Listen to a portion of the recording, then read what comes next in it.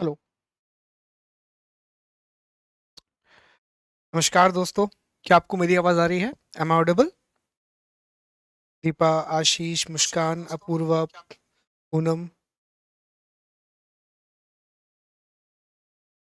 Okay. तो आप सभी लोगों का बहुत-बहुत स्वागत है। Ram Ram ji, Ujjwal. Thank you. Okay, good evening. Thank you.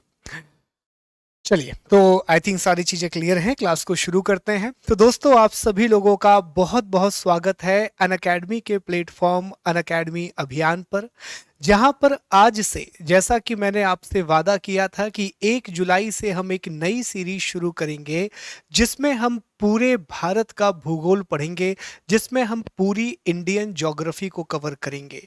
याद रखिएगा, ये इंडियन ज्योग्राफी जो हम आज से शुरू करने जा रहे हैं, ये ना सिर्फ एमपीपीएससी की यूनिट 4 में आपकी मदद करेगी, बल्कि कोई भी एग्जाम आप फेस कर रहे हो, हर एक एग्जाम में आपकी मदद करेगी। सिवाय यूपीएससी का बेसिक आपका बहुत अच्छा तैयार हो जाएगा इन लेक्चर से, और जो इंडियन ज्योग्राफी के बेसिक क्वेश्चन आते हैं वो कवर होंगे। उसके अलावा आप किसी भी स्टेट एग्जामिनेशन की तैयारी कर रहे हो, आप रेलवे की तैयारी कर रहे हो, एसएससी की तैयारी कर रहे हो, और किसी भी एग्जाम की तैयारी कर रहे हो, सभी वनडे एग्जाम में आपको ये इंडियन ज्योग्राफी का सेशन बहुत ज़्यादा मददगार साबित होगा। दोस्तों, शुरू करने से पहले ही, जैसा कि थंबनेल में आपको पता चल गया होगा, बार बार एक ही प्रश्न आ रहा था कमेंट में कि सर ये क्लास इंग्लिश में होगी या नहीं होगी। तो फिर से मैं बता दूं कि जैसे हमने हमारे पूरे सेशंस को अब तक कंप्लीट किया है, सिवाय करंट अफेयर्स के, ये क्लास भी बाइलिंगुअल होगी। पूरी चीज़ें इंग्लिश के साथ साथ आपको हिंदी में भी मिलेंगी, ताकि चाहे आप इंग्लिश मीडियम से हो, हिंदी मीडियम से हो, आपके लिए ये क्लास बेनिफिशियल होगी। चलिए, तो पहले मैं आपको आज के सेशन की रूपरेखा बता देता हूं कि आज के सेशन में हम क्या करने वाले हैं। तो पहले हम चर्चा करेंगे पाठ्यक्रम और रणनीति की। पहले हम सिलेबस और स्ट्रेटेजी को डिस्कस करेंगे, क्योंकि ये बड़ा कोर्स होने वाला है। इंडियन ज्योग्राफी छोटा सा विषय नहीं है, ये लगभग 2 महीने चलेगा, तो काफी बड़ा कोर्स है। ठीक है। दूसरी बात, फिर हम चर्चा करेंगे हमारे पहले टॉपिक की। बहुत ज़्यादा तो नहीं पढ़ पाएंगे, पर टॉपिक की शुरुआत जरूर कर देंगे, और इंडिया की लोकेशन के बारे में हम चर्चा करेंगे, भारत की अवस्थिति के बारे में हम चर्चा करेंगे। ठीक है। तो टॉपिक को शुरू करने से पहले दोस्तों, आप सभी जानते हैं कि जो भारत का भूगोल है, इंडियन ज्योग्राफी है, वो किसी भी एग्जाम का एक बहुत महत्वपूर्ण हिस्सा होता है, एक बहुत इंपॉर्टेंट पार्ट होता है। और लगातार, चाहे आप एमपीपीएससी की बात करें या दूसरे किसी एग्जाम की बात करें, यहाँ से प्रश्नों की संख्या बहुत ज़्यादा है, नंबर ऑफ क्वेश्चन बहुत ज़्यादा है। तो हमारा प्रयास भी वही है कि हम हॉलिस्टिक अप्रोच लेकर के ना सिर्फ हम कंटेंट को पढ़ें, कंटेंट पढ़ने के साथ साथ उसके जो इम्पोर्टेंट एमसीक्यूज होते हैं, इन दोनों को क्लब करें, ताकि एक पूरा कोर्स आपके सामने आ सके और एक अच्छे तरीके से आप तैयारी कर सको और सेटिस्फेक्शन आपको मिल सके। ऐसा नहीं होना चाहिए कि सर यूट्यूब पर है तो मज़ा ही नहीं आया। देखिए, यूट्यूब पर हमने आपको यूनिट 9 भी पूरी ईमानदारी से पढ़ाया, यूनिट 10 भी पूरी ईमानदारी से पढ़ाया, 8 भी पढ़ाया, पूरी हिस्ट्री हमने आपको यूट्यूब पर पढ़ाई है। ये सारी क्लासेस मेरी यूट्यूब पर फ्री डली हुई हैं, और ये कोर्स भले ही हम यूट्यूब पर कर रहे हैं, लेकिन क्वालिटी और नोट्स, इन सारी चीज़ों का वैसे ही ख्याल रखा जाएगा जैसे कि हम प्लस क्लासेस में रखते हैं। तो सबसे पहले दोस्तों, टॉपिक को शुरू करने से पहले एक बार मैं पूरा सिलेबस आपको समझा दूं कि हम कितने टॉपिक इस कोर्स में ख़त्म करेंगे। और ये कोर्स 2 महीने चलेगा।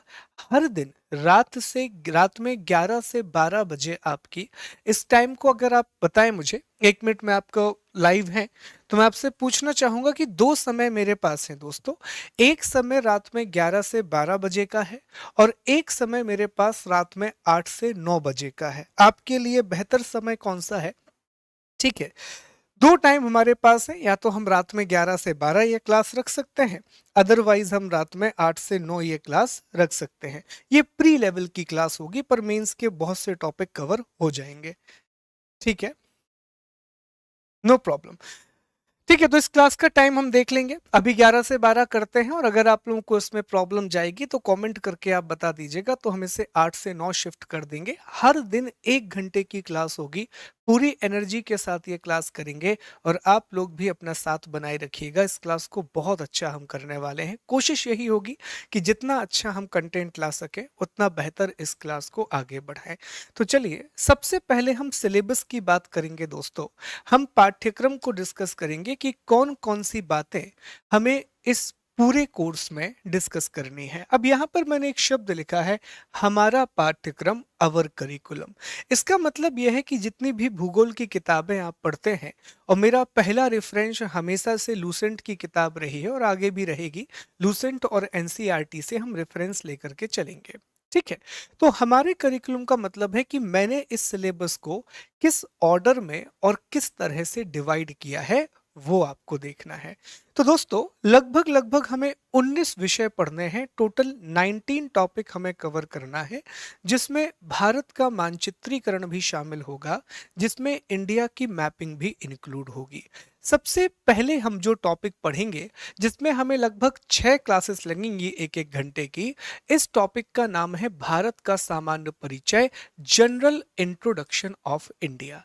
अब इस विषय के बारे में आप सभी जानते होंगे, पहली जब भी आप भूगोल पढ़ते हैं तो यहीं से इंडियन ज्योग्राफी की शुरुआत होती है। यहाँ पर हम जानते हैं कि भारत का क्षेत्रफल कितना है, भारत के जो लैटिट्यूड और लॉन्गिट्यूड है, अर्थात अक्षांश और देशांतरीय विस्तार कितना है, फिर भारत की सीमा कितने देशों के साथ लगती है, इंडिया अपनी बाउंड्री कितनी कंट्रीज के साथ शेयर करता है, भारत में लैंड लॉक स्टेट कौन से हैं, राज्यों की राजधानियां क्या हैं, कैपिटल क्या है, यूनियन टेरिटरीज की कैपिटल क्या है, फिर भारत की समुद्री सीमा किस प्रकार की है, भारत की मेरीन बाउंड्री किस प्रकार की है। तो ये सारी बातें हम भारत के सामान्य परिचय में पढ़ेंगे और यहाँ पर हम थोड़ा सा डिटेल में पढ़ेंगे। यहाँ हम सिर्फ ये चर्चा नहीं करेंगे कि भारत की सीमाएं कहां कहां तक हैं, यहां हम भारत के पड़ोसी देशों के साथ प्रमुख विवादों की भी चर्चा करेंगे। इंडिया के जितनी भी नेबर कंट्रीज हैं, तो उनके साथ क्या क्या डिस्प्यूट चल रहे हैं, उनको भी हम डिस्कस करेंगे। जैसे हाल ही में एक प्रश्न पूछा गया था, मुझे कमेंट करके आंसर दीजिए आप लोग, कि जो काला पानी विवाद है वो किन दो देशों के बीच में चल रहा है। सभी ने सुना होगा, बहुत चर्चा में रहा, तो बताइए। ठीक है, फिर जैसे अभी आपको पता होगा कि बहुत पहले डोकलाम पठार का विवाद चर्चा में रहा, तो डोकलाम पठार कहाँ स्थित है, भारत के लिए ये क्यों इंपॉर्टेंट है। एक प्रश्न आया था कि भारत के किस हिस्से को चिकन नेक की संज्ञा दी जाती है, इंपॉर्टेंट प्रश्न है। ठीक है, कोको द्वीप कहाँ पर स्थित है। तो ये सारे टॉपिक आपको पता चलेंगे जब भारत और उनके पड़ोसी देशों को आप पढ़ेंगे। तो हमें पहले टॉपिक में ना सिर्फ भारत की सामान्य जानकारी पढ़ना है, बल्कि उनके पड़ोसी देशों के साथ कौन कौन से विवाद हैं, कौन कौन से डिस्प्यूट है, इसकी चर्चा भी हम करेंगे। ठीक है, ये हमारा पहला चैप्टर होगा। इसमें लगभग आपको 6 क्लासेस लगेंगी एक एक घंटे की, और फिर हम इसके एमसीक्यू लगाएंगे दोस्तों। ठीक है, फिर दूसरा टॉपिक जो हम पढ़ेंगे, ये टॉपिक सबसे बड़ा टॉपिक है पूरे भूगोल का, भारत के भूगोल का, भारत का भौतिक विभाजन, फिजिकल डिवीजन ऑफ इंडिया। सब कैसे हुआ, हमें यह भी समझना होगा कि यहां पर कौन कौन सी चीजें स्थित हैं। तो ये सबसे महत्वपूर्ण टॉपिक होगा। और अगर आप देखें कि जितने भी प्रश्न भारत में भूगोल से पूछे जाते हैं, इंडियन ज्योग्राफी से पूछे जाते हैं, उनके 80% जो प्रश्न हैं दोस्तों, 80% क्वेश्चन इन दो टॉपिक से आते हैं। और अगर इसमें मैं नदियों वाला टॉपिक और जोड़ दूं, तो लगभग 90% प्रश्न हमेशा से भारत के भूगोल में यहां से आते हैं। तो मुझे बिल्कुल जल्दी नहीं है सिलेबस पूरा करने की, क्योंकि इस बार मैंने आपसे कोई कमिटमेंट नहीं किया, मैंने अपने पुराने कमिटमेंट पूरे कर दिए थे। तो मुझे बस एक सिलेबस बहुत अच्छे से कंप्लीट कराना है। याद रखिएगा, अगर आप मुझे फोर्स करेंगे कि सर ये भी करा दो, वो भी करा दो, सर जल्दी करा दो, तो इसमें सिर्फ आपका नुकसान है दोस्तों, मेरा नहीं। तो मुझे मेरे हिसाब से पढ़ाने दीजिएगा। आराम से पढ़ेंगे, इत्मीनान से पढ़ेंगे। यूट्यूब पर क्लास है, आपसे कोई पैसा नहीं लिया गया है, तो आराम से इस क्लास को पढ़िए, ठीक है? क्योंकि जितना इत्मीनान से आप एक टीचर को पढ़ाने देंगे, उतना गहराई में वो उस विषय को पढ़ा पाएगा और उतना ज़्यादा आपका एग्जाम में फ़ायदा होगा। और वैसे भी मैं थोड़ा स्लो पढ़ाता हूँ, तो कॉपरेट कीजिएगा हमारे साथ। बस मैं आपसे ये प्रॉमिस कर रहा हूँ कि ये कोर्स जो मैं आज शुरू कर रहा हूँ, ये मैं आपको पूरा करके दूंगा 2 महीने या 3 महीने के अंतराल में। ये मेरा आपसे वादा है कि ये कोर्स मैं आपसे पूरा करूंगा, ठीक है? और बहुत अच्छे से। पर आप मुझे बार बार ये नहीं पिन करेंगे, सर जल्दी क्लास कर दो, सर ऐसे पढ़ा दो, वैसे पढ़ा दो, ये विषय भी पढ़ा दो, वो प्लीज आप ना करिए, तो ज्यादा बेहतर होगा दोस्तों, ठीक है? इसमें हमें सारी चीजों को पढ़ना है और यहाँ पर बहुत सारे फैक्ट भी हमारे कवर होते हैं। यहीं पर हम झीलों के बारे में पढ़ते हैं, यहीं हम पर्वत पठार मैदानों के बारे में पढ़ते हैं। तो ये टॉपिक सबसे ज्यादा इंपॉर्टेंट होगा, फिजिकल डिवीजन ऑफ इंडिया, ठीक है? इसके बाद हम तीसरे टॉपिक में बात करेंगे भारत का अपवाह तंत्र, इंडियाज ड्रेनेज सिस्टम। एक और बहुत महत्वपूर्ण टॉपिक, इसमें हमें भारत की पूरी नदियों के बारे में पढ़ना है। ये भी बहुत बड़ा टॉपिक है क्योंकि भारत में बहुत सारी नदियां हैं। देखा जाए तो भारत में 4000 से ज़्यादा नदियां हैं, छोटी और बड़ी मिला करके। पर यहाँ पर दोस्तों कम से कम हमें 20 नदियों का अध्ययन करना है, एटलीस्ट 20 रिवर्स को हमें स्टडी करना है। तो 4 से 5 क्लास इस टॉपिक में लग जाएगी। और यहीं पर हम सिर्फ नदियों का अध्ययन नहीं करेंगे, हम नदियों के साथ साथ उन पर जो बांध बनाए गए हैं, अर्थात रिवर प्रोजेक्ट बनाए गए हैं, उनकी चर्चा भी करेंगे। तो एक पंथ दो काज हो जाएंगे, ठीक है? चलिए, अगला टॉपिक हमारा रहेगा दोस्तों, भारत की प्रमुख चट्टानें और मृदा। हम जानते हैं कि चट्टानों से ही मिट्टी का निर्माण होता है। तो इस टॉपिक को हम पढ़ेंगे, major rocks and soils of India. बहुत इंपॉर्टेंट टॉपिक है। अगर आपको एग्रीकल्चर समझना है, तो एग्रीकल्चर समझने से पहले आपको सॉइल का कंसेप्ट बहुत अच्छे से क्लियर होना चाहिए। भारत में कहाँ कहाँ सॉइल पाई जाती है, ये सारी चीजें बड़े बेसिक और बहुत अच्छे तरीके से स्पष्ट होनी चाहिए। फिर दोस्तों हमारा पांचवा टॉपिक रहेगा, भारत में मानसून और वर्षा, monsoon and rain in India. यहीं पर एक टॉपिक हम कवर करेंगे दोस्तों, जिसे हम क्लाइमेट रीजन बोलते हैं, या कुछ लोग इसे क्लाइमेट जोन का नाम देते हैं। आपने सुना होगा कि भारत के जलवायु प्रदेश कितने होते हैं, कोपेन का जलवायु विभाजन किस प्रकार का है। तो ये वाला टॉपिक यहीं आएगा, मानसून और रेन वाले टॉपिक में। मानसून हम आपको डिटेल में एक्सप्लेन नहीं करेंगे क्योंकि वो मुख्य परीक्षा का टॉपिक है, पर ब्रीफली हम आपको इतना बता देंगे कि भारत में मानसून कैसे आता है, किन किन चीजों का यहाँ पर प्रभाव पड़ता है, उन बातों को हम डिस्कस कर रहे होंगे, ठीक है? इसके बाद छठवें टॉपिक में हम अध्ययन करेंगे दोस्तों, भारत में वन, फॉरेस्ट इन इंडिया। बहुत महत्वपूर्ण टॉपिक है, एमपीपीएससी के सिलेबस में भी ये टॉपिक दिया गया है। तो यहाँ पर हम भारत के वनों का वर्गीकरण समझेंगे, हम समझेंगे classification of forest in India, और साथ ही साथ जो भारत वन स्थिति रिपोर्ट आई है, इंडियन स्टेट ऑफ फॉरेस्ट वाली रिपोर्ट आई है, उसकी चर्चा भी हम करेंगे। ऑल्दो करंट अफेयर्स में हमने उसकी चर्चा की थी, पर यहाँ उसी पोर्शन को हम रिपीट कर लेंगे कि भारत के किन राज्यों में वनों की क्या स्थिति है, ठीक है? इसके बाद दोस्तों हमारा अगला टॉपिक होगा, भारत में खनिज संपदा, मिनरल्स इन इंडिया। अगेन ये भी बड़ा महत्वपूर्ण टॉपिक है, पीएससी के सिलेबस में है और दूसरे एग्जाम के सिलेबस में भी दिया गया है। भारत के पूरे खनिज का अध्ययन करना है, और खनिज में हमें दो बातें समझनी है। एक तो मिनरल बेल्ट होते हैं, खनिज पट्टियां होती हैं, तो वो कहाँ पर है, और फिर हम एक टेबल बना करके ये समझेंगे कि भारत के किस राज्य में कौन सा खनिज प्रमुखता से पाया जाता है, टॉप प्रोड्यूसर्स कौन है, फिर टॉप स्टोरेज कैपेसिटी वाले कौन है, प्रमुख उत्पादक कौन है और किनकी भंडारण क्षमता ज्यादा है। दोनों में अंतर है, कहीं पर भंडार ज्यादा पाए जाते हैं पर वहां पर उत्पादन नहीं होता, कहीं पर अबंडेंस रिसोर्सेस हैं पर उनका प्रोडक्शन नहीं हो पाता। उसका कारण भी बड़ा स्पष्ट हम जानेंगे कि खनिज में सबसे इंपॉर्टेंट चीज है कि कितनी आसानी से आप उसे बाहर निकाल सकते हैं, क्योंकि वही आपकी कॉस्ट को डिसाइड करेगा। मान लीजिए कि भारत में आपको एक जगह पेट्रोल मिल जाता है लेकिन उसको निकालने की लागत बहुत ज्यादा है, तो वो पेट्रोल भारत में उपयोगी नहीं हो पाएगा दोस्तों। ठीक है, तो वो टॉपिक हम यहाँ जानेंगे। फिर हम चर्चा करेंगे 8वें टॉपिक में, भारत में जल, कृषि तथा पशुपालन। बहुत इंपॉर्टेंट टॉपिक है ये, कृषि और पशुपालन। Water, agriculture and animal husbandry in India. आप जानते हैं कि एग्रीकल्चर से लगातार प्रश्न आ रहे हैं दोस्तों, एनिमल हस्बेंड्री से भी प्रश्न आ रहे हैं। तो एग्रीकल्चर का मतलब यहाँ पर है कि हमें ये पढ़ना है कि भारत में किस प्रकार की फसलें होती हैं, किस प्रकार की क्रॉप्स इंडिया में प्रोड्यूस होती हैं, कौन से क्षेत्र में कौन सी फसल उगाई जाती है, और जो फसल होती है उसके लिए क्लाइमेटिक कंडीशन क्या है, उसके लिए जलवायु की दशाएं कौन सी हैं। ये टॉपिक हमें क्लियर करना है। ठीक है, बड़ा ही इंपॉर्टेंट टॉपिक है और यहां से प्रश्न बहुत आने लग रहे हैं आजकल।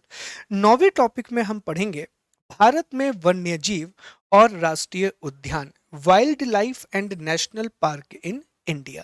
देखा जाए तो ये टॉपिक पर्यावरण का है, लेकिन वैसे भी देखा जाए तो पर्यावरण भूगोल का ही एक हिस्सा है, पर ये टॉपिक हम यहाँ पढ़ेंगे। रीजन बड़ा साफ है कि जनरली अगर मैं आपको सिर्फ इंडियन ज्योग्राफी पढ़ाता तो ये टॉपिक यहाँ कवर ना करते, लेकिन एमपीपीएससी के सिलेबस में यूनिट 4 में ये टॉपिक दिया गया है, इसीलिए हम इस टॉपिक को यहाँ पढ़ लेंगे कि भारत में वाइल्ड लाइफ की क्या सिचुएशन है, नेशनल पार्क कहाँ कहाँ पर है, वाइल्ड लाइफ सेंचुरी कौन कौन सी हैं प्रमुख, इसके अलावा सफारी कहाँ कहाँ पर है, टाइगर रिजर्व कौन कौन से हैं, इन सारी चीजों की चर्चा हम करेंगे। ये पूरा टॉपिक मैपिंग पर बेस्ड होता है और यहाँ पर मैपिंग बहुत ज्यादा इंपॉर्टेंट होगी दोस्तों। पूरे इंडियन ज्योग्राफी में हम मैप्स का बहुत इस्तेमाल करेंगे। ठीक है, और मैं आपको बताऊंगा भी कि कौन कौन सी चीजें हैं जो आपके पास होनी चाहिए, तो आपको बेहतर आउटपुट आप निकाल पाओगे इस पूरे कोर्स का। 10वां टॉपिक जो हमारा होगा, हम भारत की जनसंख्या के बारे में डिस्कशन करेंगे, पॉपुलेशन ऑफ इंडिया या डेमोग्राफी ऑफ इंडिया के बारे में पढ़ेंगे।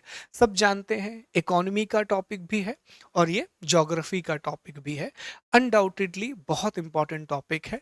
अभी तो हम जनगणना 2011 की ही पढ़ेंगे, लेकिन अगले 1.5 साल के बाद जब डेटा अपडेट होगा तो आप चीज़ों को अपडेट कर लेना। ठीक है, तो वो चीज़ें यहाँ दिखाई देंगी। ओके, भारत की जनसंख्या के बाद अगला टॉपिक है भारत में उद्योग, इंडस्ट्रीज इन इंडिया। उद्योगों में भी ऐसा नहीं है कि बहुत डिटेल में हमें जाना है, उद्योगों में बस हमें ये चर्चा करनी होती है कि एक तो कोई भी उद्योग लगाने के लिए, किसी भी इंडस्ट्री को लगाने के लिए फैक्टर कौन कौन से होते हैं, कारक कौन कौन से होते हैं। भारत में उद्योगों को खनिज से हमें लिंक करना होगा, इंडस्ट्रीज को हमें मिनरल से लिंक करना होगा।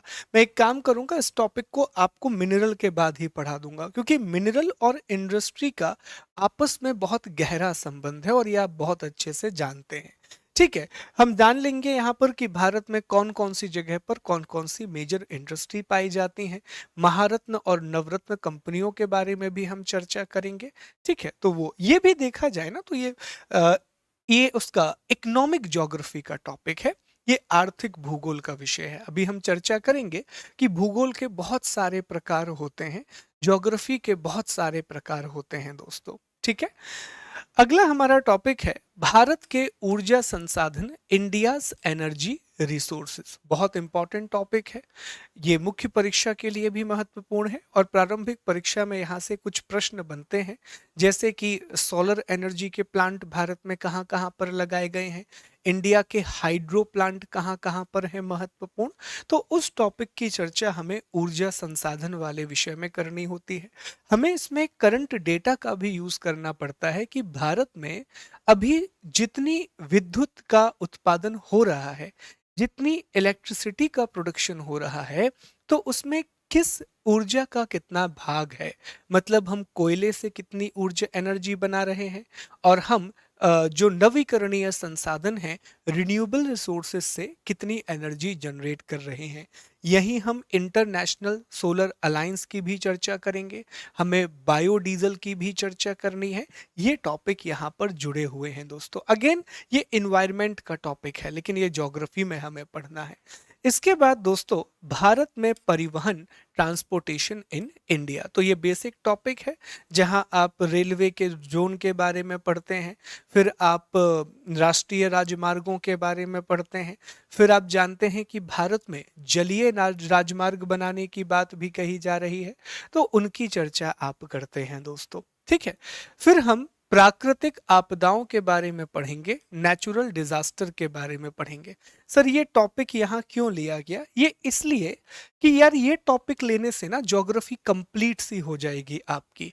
अगर एमपीपीएससी वाले देखें तो ये टॉपिक दोस्तों आपको यूनिट नंबर 7 में दिया गया है, पर जो आपदाएं हैं ना, खासतौर पर हम नेचुरल डिजास्टर की बात कर रहे हैं, हम मैन मेड डिजास्टर को भी डिस्कस कर लेंगे, पर हमारा प्राइमरी जो फोकस होगा, जो प्राथमिक उद्देश्य होगा, वो प्राकृतिक आपदाओं पर होगा। तो प्राकृतिक आपदाएं जुड़ी हुई हैं भूगोल के साथ, तो ये टॉपिक हम यहाँ कवर कर लेंगे। फिर हम भारत की प्रजातियों और जनजातियों की चर्चा करेंगे, species and tribes of India की बात करेंगे, मैपिंग का यूज करते हुए भारत के किस क्षेत्र में कौन सी जनजाति पाई जाती है और उसकी विशेषता क्या होती है। फिर हम चर्चा करेंगे दोस्तों विविध, मिसलेनियस, मतलब जो कुछ भी बच गया वो एक टॉपिक में हमें डिस्कस करना है, जिसे हम विविध बोलते हैं। इसमें हम भारत की प्रमुख घाटी अर्थात वैली, जलप्रपात, वाटरफॉल, झीलें, लेक, दर्रे, पासेस, नदी घाटी परियोजना, रिवर वैली प्रोजेक्ट, अनुसंधान केंद्र, रिसर्च सेंटर इत्यादि एटसेट्रा डिस्कस करेंगे। अब ये जो सारी बातें यहाँ लिखी है ना, इसमें से मैक्सिमम बातें आप यहाँ पढ़ चुके होंगे, पर यहाँ पर जस्ट हमें टेबल बनाना है, बहुत डिटेल में नहीं पढ़ना है यहाँ हमें। कहीं कहीं पर मैप और कहीं कहीं पर टेबल बनाते हुए हमें बस चीजों को समराइज करना है, क्योंकि ये बातें जैसे जलप्रपात, झीलें, दर्रे और नदी घाटी परियोजनाएं, तो ये जो टॉपिक है ना, घाटी, जलप्रपात, झीलें और दर्रे अर्थात वैली, वाटरफॉल, लेक्स और पासेस, ये टॉपिक तो आप यहाँ कवर कर लोगे ना भारत के भौतिक विभाजन में, फिजिकल डिवीजन ऑफ इंडिया में। फिर ये नदी घाटी परियोजनाएं, रिवर वैली प्रोजेक्ट, तो ये आप यहाँ कवर कर लोगे, भारत का अपवाह तंत्र, इंडिया का ड्रेनेज सिस्टम। तो ये टॉपिक बेसिकली हम क्या करेंगे कि एक लिस्ट के रूप में चीजें आपको दे देंगे ताकि रिवीजन करने में आसानी हो।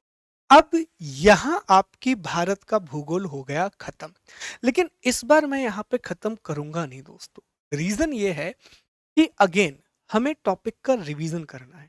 मुझे आपको 10 विषय तो पढ़ाने नहीं है, एक विषय इस बार मैं लेकर के आया हूं, अगर ये पूरा हो गया तो दूसरे पे जाएंगे। ठीक है, अब हम यहां पर करेंगे भारत का मानचित्रीकरण का काम। अब हम करेंगे मैपिंग ऑफ इंडिया, और मैपिंग ऑफ इंडिया हम करेंगे स्टेट वाइज, एक एक राज्य को डिस्कस करते जाएंगे। एक दिन हम यूपी डिस्कस कर लिए, एक दिन हम एमपी डिस्कस कर लिए, और जो भी चीजें हमने यहाँ पर पढ़ी हैं वो सारी चीजें हम स्टेट वाइज डिस्कस कर लेंगे, और इसमें लगभग 10 क्लास आपकी और लगेंगी इन मानचित्र को खत्म करने में, तो इंडिया की मैपिंग भी आपकी कंप्लीट हो जाएगी। तो ये दोस्तों हमारा पूरा सिलेबस है, और इसमें हम कंप्लीट चीजों को बाइलिंगुअली कवर करेंगे। इसी के साथ मैं एमपीपीएससी एस्पिरेंट को सिलेबस दिखा दूं कि सर जो हमारा यूनिट 4 है, क्या उसका सिलेबस यहाँ कवर हो रहा है? तो देख लें साहब, भारत की भौतिक विशेषताएं भी कवर हो रही हैं, फिजिकल फीचर भी कवर हो रहे हैं, प्राकृतिक प्रदेश, नेचुरल रीजन, ये दोनों टॉपिक आपके कवर होंगे अध्याय 2 में, चैप्टर नंबर 2 में। प्राकृतिक संसाधन, नेचुरल रिसोर्सेस, तो वन, खनिज, जल, कृषि, वन्यजीव, राष्ट्रीय उद्यान, अभ्यारण्य, ये भी टॉपिक कवर हो रहे हैं। Forest, mineral, water, agriculture, wild life, national park, safari, ये टॉपिक कवर हो रहे हैं। सर जनसंख्या कवर हो रहा है क्या? बिल्कुल, पॉपुलेशन आपका पूरा कवर हो जाएगा, देख लीजिए यहाँ पर। आर्थिक भूगोल में प्राकृतिक और मानवीय संसाधन, उद्योग और यातायात, तो इंडस्ट्री और मोड ऑफ ट्रांसपोर्ट भी आपके कवर हो रहे हैं। फिर अब ये यहाँ पर एक टॉपिक, परंपरागत और गैर परंपरागत ऊर्जा स्रोत, conventional and non conventional energy resource. तो ये आपका पूरा पाठ्यक्रम है जिसका टारगेट मैंने 2 महीने का रखा है। लेट्स सी कि 2 से ढाई महीने में ये टॉपिक हमें खत्म करना है, रोज 1 घंटे की क्लास लेके। पहले ही दिन मैं आपको क्लास के बता दूं कि अभी 1 से 6 तारीख तक हमारी क्लास कंटिन्यू चलेगी। इसके बाद 6 दिन का ब्रेक आएगा, मुझे बाहर जाना है तो वो 6 दिन का गैप रहेगा। मैं कोशिश करूंगा कि क्लास रिकॉर्ड करके चला जाऊं ताकि आपको क्लास मिलती रहे, पर ना आए तो परेशान मत होना, 13 तारीख से कंटिन्यू हो जाएगी क्लास, ठीक है। चलो, तो अब मुझे बताइए क्या यहाँ तक कोई डाउट है आपको? यहाँ तक सारी चीजें समझ में आई दोस्तों? बताइए जल्दी से कमेंट करके।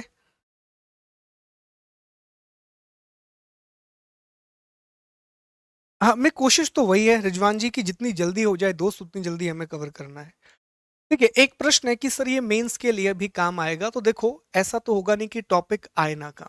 हर टॉपिक जो भी हम पढ़ते हैं वो मेंस में काम आता है, पर मेंस में यहाँ पर आपके 3 नंबर के प्रश्न बन जाएंगे और कुछ कुछ जगह पर 5 नंबर के प्रश्न भी बन जाएंगे।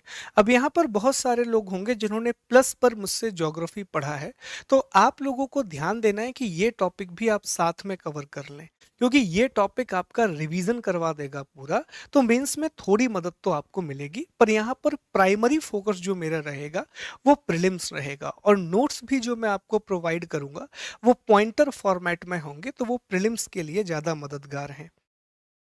नहीं अभी तो नहीं, पर जैसे इंडियन ज्योग्राफी खत्म होगा तो बट नेचुरल सी बात है कि हम वर्ल्ड ज्योग्राफी शुरू करेंगे। हाँ, ये फ्री क्लास है। बिल्कुल। फोन, अरे यार ये सैमसंग का फोन है, ठीक है। मैंने आपके, थैंक यू सो मच, ऐसे ही रहेगा। हाँ, कंटेंट तो मिल जाएगा आपको पूरा। सर क्वेश्चन भी कीजिएगा, हाँ। ठीक है। हाँ, यूट्यूब में ही चलेगी, यूट्यूब में ही चलेगी। चलिए, तो अब हम क्लास को आगे बढ़ाते हैं और 2-3 बातें मैं आपको और बता दूं कि ये तो हमने आपको सिलेबस के बारे में सारी बातें बता दी। अब जरा ये बता दें कि मैं इस क्लास को कैसे ऑर्गेनाइज करने वाला हूं, आपको पीडीएफ वगैरह कहाँ पर मिलेगा, इन सब बातों की चर्चा जरा हम कर लेते हैं। बड़ा ही इंपॉर्टेंट होता है कि सर ये पीडीएफ वगैरह हमें कहाँ से मिलने वाले हैं। तो पहली बात मैं ये क्लास के बारे में बता दूं कि ये जो पूरी क्लास है ये बाइलिंगुअल होगी दोस्तों, ठीक है। बाइलिंगुअल होगी, अर्थात ये क्लास हिंदी और इंग्लिश में होगी। जो आपको पीडीएफ दिया जाएगा तो वो हर क्लास के बाद, जैसे ही क्लास खत्म हो जाएगी उस क्लास के बाद तुरंत आपको पीडीएफ मिल जाएगा। सर ये पीडीएफ कहाँ मिलेगा? तो अनअकैडमी का चैनल है, आप टेलीग्राम पर जाइए, वहां पर अभियान सर्च कीजिए, हमारा टेलीग्राम चैनल मिलेगा। इसके अलावा आप @शुभम गुप्ता पीडीएफ डालेंगे जिसमें 97K आपको सब्सक्राइबर दिखेंगे, वहां भी आपको इसका पीडीएफ मिल जाएगा। तो क्लास का पीडीएफ तुरंत क्लास के बाद आपको मिलेगा, बाइलिंगुअल होगी। तीसरा प्रश्न ये है कि सर क्या इसमें एमसीक्यू भी करवाए जाएंगे, और एमसीक्यू होंगे तो किस तरह होंगे? तो जी हाँ दोस्तों, इसमें हम एमसीक्यू करेंगे, और जो हम एमसीक्यू सॉल्व करेंगे वो अनअकैडमी की स्पेशल क्लास में हम सॉल्व करेंगे। उसके लिए अनअकैडमी एप्लीकेशन आपको डाउनलोड करना होगा। अब ये कैसे कंडक्ट होगा तो वो भी मैं आपको बता देता हूँ। जैसे ही हमारा एक अध्याय खत्म हो जाएगा उसके बाद हम आपका एक टेस्ट रखा करेंगे, एक एमसीक्यू लगाया करेंगे, और ये सारे एमसीक्यू जब भी होंगे तो मैं आपके साथ लिंक शेयर करूंगा कि साहब अनअकैडमी एप्लीकेशन पर फला फला 1-1.5 घंटे में आपका ये टेस्ट है, तो वहां पर आके आपको टेस्ट अटेम्प्ट करना है, एमसीक्यू अटेम्प्ट करना है। अच्छा सर, आप जो कंटेंट बना रहे हो उसका आधार क्या है? तो जितना भी कंटेंट मैं आपके सामने लेकर के आऊंगा उसका सबसे बड़ा आधार है प्रीवियस ईयर क्वेश्चन। जो भी पिछले सालों में प्रश्न आए हुए हैं उन्हीं को आधार बना करके मैं आपके लिए कंटेंट तैयार कर रहा हूं। अगला प्रश्न, सर क्या इसके बाद लूसेंट की किताब पढ़ने की आवश्यकता है? आंसर है नहीं। आप लूसेंट की किताब पढ़ने की जरूरत नहीं होगी क्योंकि सारी चीजें कंप्लीट कर दी हैं। सर कोई दूसरी जीके की बुक, तो मेरा सजेशन है आपको आवश्यकता नहीं पड़ेगी क्योंकि सारी चीजें मैं इस कोर्स में कंप्लीट कर दूंगा। तो अगर आप ज्योग्राफी के लिए कोई किताब ले रहे हैं वनडे एग्जाम के लिए, तो मेरा आपसे निवेदन है कि किताब ना लेकर के दोस्तों, जो चीजें मैं आपको प्रोवाइड करा रहा हूं, जो भी चीजें मैं आपको दे रहा हूं, उन नोट्स पर अपनी कमांड लेकर के आइए, उनके प्रश्न लगाइए, उनका रिवीजन बार बार कीजिए, तब आपकी चीजों पर कमांड आएगी। क्योंकि आप देखिए ना, मैक्सिमम चीजें, जो जो किताबें आप सोचेंगे लगभग उन्हीं किताबों में से मैं कंटेंट बनाऊंगा, उस कंटेंट को लेकर के मैं आपके सामने आ रहा हूं। तो फिर मुझे लगता है कि आपको अलग से किताब पढ़ने की आवश्यकता नहीं है। अगर आप फिर भी किताब पढ़ना चाहते हैं तो मेरा सजेशन है कि 11वीं क्लास की एनसीईआरटी पढ़ लीजिए, वो सफिशिएंट रहेगी अगर आपको उसकी आवश्यकता महसूस होती है। अदरवाइज मेरी ये स्ट्रिक्ट एक एडवाइस है कि इन्हीं नोट्स पर बार बार इनको रीड कीजिए, बार बार वीडियोस को देखिए, एमसीक्यू लगाइए और इन चीज़ों पर अपनी कमांड एस्टैब्लिश कीजिए। तो ये कुछ बेसिक क्वेश्चन है जो मैंने क्लियर कर दिए। अगली चीज कि सर ये तो मैं करूंगा, अब मुझे आप लोगों को क्या करना है, वो इंपॉर्टेंट बात है। तो आप लोगों को सिर्फ एक काम करना है, वो है रिवीजन, रेगुलरिटी और रिस्पॉन्स। आर आर आर हो गया ये तो, ठीक है, मूवी बन गई। रिवीजन, रेगुलर और रिस्पॉन्स, ठीक है। रिवीजन सबसे सबसे ज्यादा इंपॉर्टेंट चीज है। मैं आई थिंक 1 साल से मैं आप लोगों से रेगुलर ये बोल रहा हूं कि कोई भी चीज आप पढ़ते हो ना, सबसे इंपॉर्टेंट बात है रिवीजन। अभी पीएससी का पेपर हुआ, बहुत से लोग हमेशा की तरह वही चीज कि सर ये प्रश्न हमने कहीं देखा था, सर हमने कहीं तो इसको पढ़ा था, सर कहीं ना मैंने इसके बारे में सुना था, लेकिन मैं अटेम्प्ट नहीं कर पाया सर, वहां मुझे दिमाग में क्लियर याद नहीं आ रहा था सर, कुछ कुछ कंफ्यूजन हो गया वहां पर जा करके। ये क्यों होता है? ये होता है क्योंकि हम सिलेबस को कंप्लीट करने की कोशिश करते हैं, ना कि सिलेबस पर कमांड बनाने की कोशिश करते हैं। मैं पिछले 1 डेढ़ साल से लगातार कह रहा हूं कि विषय को कंप्लीट मत कीजिए, विषय पर कमांड लेकर के आइए, उस पर कमांड लाओ दोस्तों। कमांड लाने का मतलब जानते हो क्या होता है? कमांड लाने का मतलब है कि अगर मान लीजिए मैंने आपको 10 पेज दिए, मैंने आपको ज्योग्राफी के 10 पेज के नोट्स दे दिए, आपके कमांड लाने का मतलब है कि आप मुझसे ये बोल पाओ कि सर इन 10 पेज में से आप कुछ भी उठा करके पूछ लो, मुझे एक एक चीज क्रिस्टल क्लियर बात है। तो इसीलिए मैंने कहा कि जब आप मल्टीपल रिसोर्सेस से पढ़ते हो, अलग अलग किताबों से अध्ययन करते हो, तो आपके दिमाग में सिर्फ कंफ्यूजन क्रिएट होता है। एक बहुत अच्छे टीचर को मैं सुन रहा था यूट्यूब पर, उन्होंने एक बहुत अच्छी बात कही कि हाल ही के दिनों में यूपीएससी या स्टेट पीएससी में हिंदी माध्यम का रिजल्ट खराब हो रहा है, हिंदी मीडियम का रिजल्ट लो जा रहा है। तो इसका कारण उन्होंने ये बताया कि शुरुआत कुछ ऐसे हुई, पहले एक बहुत बड़ी खबर फैली, प्लेग की तरह एक खबर फैली कि साहब हिंदी मीडियम के रिसोर्स नहीं है, हिंदी मीडियम का स्टडी मटेरियल नहीं है, तो बहुत सारी किताबें बाजार में आ गई हिंदी मीडियम की।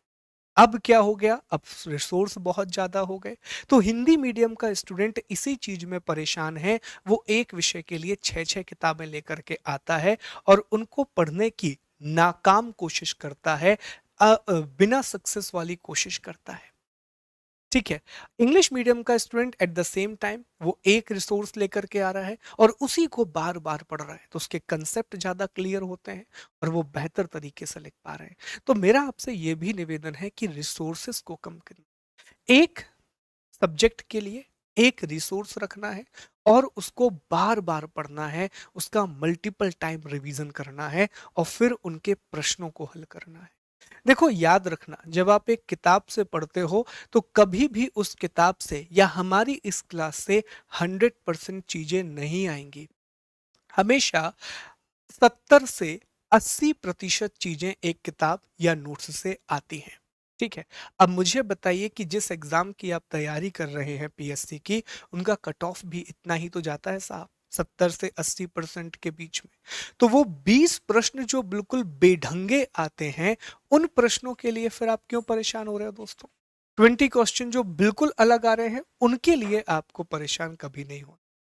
ठीक है, उन प्रश्नों पर फोकस मत कीजिए। तो जो आपके पास रिसोर्सेस हैं, जहां से आपके ये 70-80 प्रश्न आ रहे हैं, उनको बार बार रिवाइज कीजिए, उन पर कमांड लेकर के आइए। रिवीजन बहुत इंपॉर्टेंट है। एक बहुत अच्छा स्टेटमेंट है ब्रूसली साहब का, जो हमेशा मैं आप लोगों के से कहता हूं कि मुझे उस इंसान से डर नहीं लगता जिसे 10,000 प्रकार की किक मारना आता है, मुझे उस इंसान से डर लगता है जिसने एक किक को 10,000 बार प्रैक्टिस किया। ये बहुत अच्छा स्टेटमेंट है। और आपने एक मूवी देखी होगी, चांदनी चौक टू चाइना, तो उसमें आखिरी में अक्षय कुमार एक कराटे के मास्टर को किस तरह से मारता है, तो वो उसी किक से उसको मारता है जो वो बचपन से प्रैक्टिस कर रहा होता है, आटा गूंथने वाली। तो वही बात है, प्लीज एग्जाम में सफल होने का मूल मंत्र यही है कि जो आप पढ़ें वो आपको याद हो और उसे आप परफॉर्म कर पाएं। ठीक है, तो ये मेरा पहला आपसे रिक्वेस्ट है, और ये बार बार रिक्वेस्ट मैं आपसे करूंगा। रिवीजन, रिवीजन के बाद एक और चीज है जो आपको याद रखनी है, आपको रिस्पॉन्स देना है चीजों का, कि अगर मैं कुछ भी क्लास ले रहा हूं तो एटलीस्ट आप रिस्पॉन्सिव रहिए, और रेगुलर होना बहुत जरूरी है। अगेन यहाँ पर मैं बात करूंगा कि दो चीजें आपके पास होनी चाहिए। याद करो कि जब आपका अभी एमपीपीएससी का एग्जाम था, या अभी जिसने कहा कि सर हम लेखपाल का पेपर दे रहे हैं, कोई कह रहा था सर हम यूपीपीसीएस का पेपर दे करके आए हैं, तो बस मुझे ये बताओ, जब आपका ये एग्जाम कंडक्ट होने वाला था, तो आपकी इंटेंसिटी कितनी ज्यादा थी? अब बहुत बहुत स्ट्रांगली अपनी पढ़ाई कर रहे थे, पूरा दिन आप लगे हुए थे, सारी चीजों को आप खकोल डाले थे उस दिन में। अब मैं आपसे यह कह रहा हूं कि पेपर खत्म हो गया है, आने वाले समय में आप जानते हैं कि एमपीपीएससी की 2 प्रीलिम्स परीक्षाओं का आयोजन होना है। तो मेक श्योर कि जो इंटेंसिटी आपकी पेपर के पहले थी, एटलीस्ट उसका 60% तो रखें। अगर 60% भी आप रखेंगे, तब आपकी प्रिपरेशन बेहतर होती है दोस्तों। फिर क्या होता है, जैसे ही पेपर खत्म हो गया, फिर सारी चीजें शुरू हो जाएंगी। अचानक आपकी तबीयत खराब हो जाएगी, जो शादियों में आप 2 दिन दे रहे थे, अब वहां एक हफ्ता देना शुरू कर देंगे। हर चीज में आप रिलैक्स हो जाएंगे, आप लेजी बिहेव करने लगोगे। तो ये नहीं करना है। देखो, टॉपर्स से हमेशा एक बात सीखो, वो बार बार एक बात कहते हैं कि हम दिन में 8 घंटे नहीं पढ़े, हम दिन में 4 घंटे ही पढ़े, लेकिन हम 365 में से ना 300 दिन 4 घंटे पढ़ाई की, 320 दिन हम 4 घंटे पढ़ाई की। वो चीज इंपॉर्टेंट है। रोज मत पढ़ो ना 8 घंटे, क्यों अपने बॉडी को ड्रेन कर दे रहे हो? 8 घंटे एक दिन पढ़ोगे, फिर 3 दिन नहीं पढ़ पाओगे। कैपेसिटी नहीं है अभी आपकी 8 घंटे पढ़ने की, शुरुआत कर रहे हो पढ़ाई की। 3 घंटे, 2 घंटे, 4 घंटे, यहां से शुरुआत करो। फिर धीरे धीरे आपकी कैपेसिटी खुद बढ़ जाएगी। ड्रेन मत कर दो अपने आप को एक ही दिन पढ़ के। ठीक है, पढ़ो, जो आपको अच्छा लगता है वो करो, फिर अगले दिन पढ़ो, बट रेगुलर रहो। रेगुलरिटी बहुत इंपॉर्टेंट है। अगली बात, रिस्पॉन्स। रिस्पॉन्स का मतलब है कि अगर मैं कोई चीज आपको पढ़ा रहा हूँ, तो मेक श्योर रिस्पॉन्स का मतलब वही होता है कि थोड़ा सा आप बताते रहें कैसा चल रहा है, क्या नहीं है, सही नहीं है। ठीक है, तो उससे मुझे भी थोड़ा मोटिवेशन मिलता रहता है। एक चीज मैं यहाँ और ऐड करूंगा, वो है दोस्तों की एक पढ़ाई होती है जिसे हम आउटपुट ओरिएंटेड पढ़ाई बोलते हैं। साहब, ये आउटपुट ओरिएंटेड पढ़ाई का मतलब समझे जरा, कि इसका मतलब क्या है। इसका मतलब ये है कि कई बार जब हम पढ़ने बैठते हैं ना, तो हम, ऐसा होता है कि सर 1 घंटे पढ़े लेकिन कुछ पढ़ा ही नहीं, सर 3 घंटे से पढ़ रहे थे, कुछ पढ़ा ही नहीं। तो आउटपुट ओरिएंटेड पढ़ाई का मतलब है दोस्तों कि टारगेट लेकर के पढ़ना है आपको। एक टारगेट सेट करो कि यार अगर मैं 1 घंटे पढ़ने बैठ रहा हूं ना, तो ये टॉपिक कवर होना चाहिए। आपने एक टारगेट दिया कि मैं 2 घंटे बाद जब उठूंगा, तो मैं इंडस वैली सिविलाइजेशन को खत्म करके उठूंगा। हो सकता है पूरा नहीं होगा, लेकिन 80% कवर हो गया ना, 70% कवर हो गया, वही बड़ी बात है। तब आपको दिखेगा कि 2 घंटे पढ़ने के बाद आपको यह आउटपुट मिला। ये बहुत ज़रूरी है आपकी प्रिपरेशन में। तो ये कुछ बेसिक मेरी तरफ से आपको गाइडेंस है कि ये चीज़ अगर रखेंगे, तो मुझे लगता है ज़्यादा बेहतर आपको रिजल्ट मिलेगा। एक बात और बता दूं कि ऑल्दो मैं हर एक चीज़ जो यहाँ पर पढ़ाऊँगा उसका पीडीएफ आपको प्रोवाइड करूँगा। पर फिर भी मेरी आपसे रिक्वेस्ट है कि जो लोग जो अभी स्टूडेंट हैं, जो ऑफ़िस वग़ैरह नहीं जाते हैं, वो लोग कॉपी लेकर के बैठें और कुछ चीज़ों को नोट डाउन करते चलें। आपके खुद के नोट्स बनेंगे। दूसरा, इंडिया का मैप बनाने की प्रैक्टिस कर लीजिए कि भारत का मैप आपको बनाते आना चाहिए। देखो एग्ज़ैक्ट मैप कभी नहीं बनता, मुझसे भी नहीं बनता। पर एक बेसिक मैप भी अगर आप इंडिया का बनाना सीख जाएँगे तो वो आपको हेल्प करेगा एग्जाम में। और बहुत सारे मैप हम बनाने वाले हैं उसमें। अगली बात, भारत के राजनीतिक मानचित्र जो हैं, इंडिया का पॉलिटिकल मैप, तो कम से कम 10 पॉलिटिकल मैप लेकर के आ जाइए और 2 भौतिक मानचित्र फिजिकल मैप लेकर के आ जाइए। पॉलिटिकल मैप में राज्यों की सीमाएं होती हैं, स्टेट की बाउंड्री होती है, जबकि जो भौतिक मानचित्र होता है, जो फिजिकल मैप होता है, वो ब्लैंक होता है दोस्तों। ठीक है, चलिए। तो अब मैं उम्मीद करता हूँ सारी बातें मेरी ओर से क्लियर हैं। मैंने आपके जो बेसिक क्वेश्चन थे वो भी क्लियर कर दिए हैं। तो अब हमें टॉपिक को शुरू करना चाहिए और आज से ही हम विषय की शुरुआत करते हैं ताकि शुभारंभ हो जाए और फिर कल से हम अपनी स्पीड को पकड़ लेंगे। मुझे पहले बताएं, क्या रणनीति को लेकर के कोई भी आपका डाउट है? Any problem? कोई समस्या है आपके दिमाग में? सर मेंस में, हाँ मेंस में काम आएगा। देखो ऐसा तो नहीं है ना कि काम ना आए, ऑब्वियसली आपकी हेल्प करेगा मेंस में। ठीक है। करंट अफेयर्स आई स्टार्ट सून, क्योंकि अभी मेरी क्लास प्लस पे चल रही है इतिहास की और उसमें मेरा बहुत समय भी जा रहा है दोस्तों, तो जल्दी शुरू करेंगे। और कोई डाउट है क्या आपका? Any other doubt? हाँ, क्वेश्चन भी कराएंगे साहब, बिल्कुल कराएंगे। क्लियर? हाँ, यूट्यूब पर भी होगी, वो इसी में कवर होगी रवि जी।